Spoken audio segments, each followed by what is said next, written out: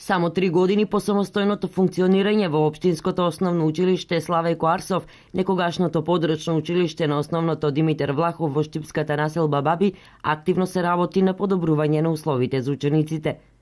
Последниот проект на кој се работи е изградба на спортска сала, каде ќе се реализираат часовите по физичко образование.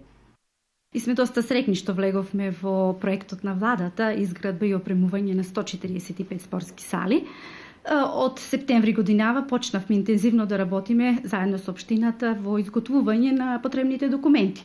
Еве можам да кажам, ги изготвивме сите оние документи кои што се потребни за да се отпочне со градба. Го имаме геодетскиот елаборат, сите оние нумерички податоци кои што се за посебни намени. Извршивме како училиште тендерска постапка и направивме избор на најповолен понудувач за извршување на геомеханички истражни работи и лабораториски испитувања на почвата за изградба на спортска сала. Го добивме, елаборатот.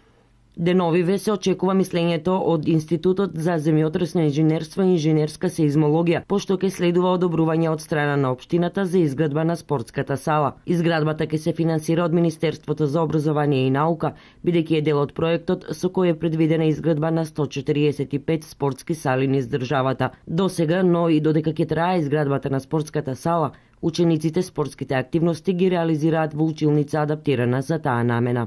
Имаме една просторија која што е малку поголема, адаптирана и адаптиравме за токму за тие намени за одржување на часовите по физичко и здравствено образование. Навистина се работи во отежнати случаи, но сепак се одржуваат. Имаме во близина и игралиште кое што го користиме, а кое што нели на населбата, на населба Баби, кога е добро времето, еве го користиме тоа игралиште.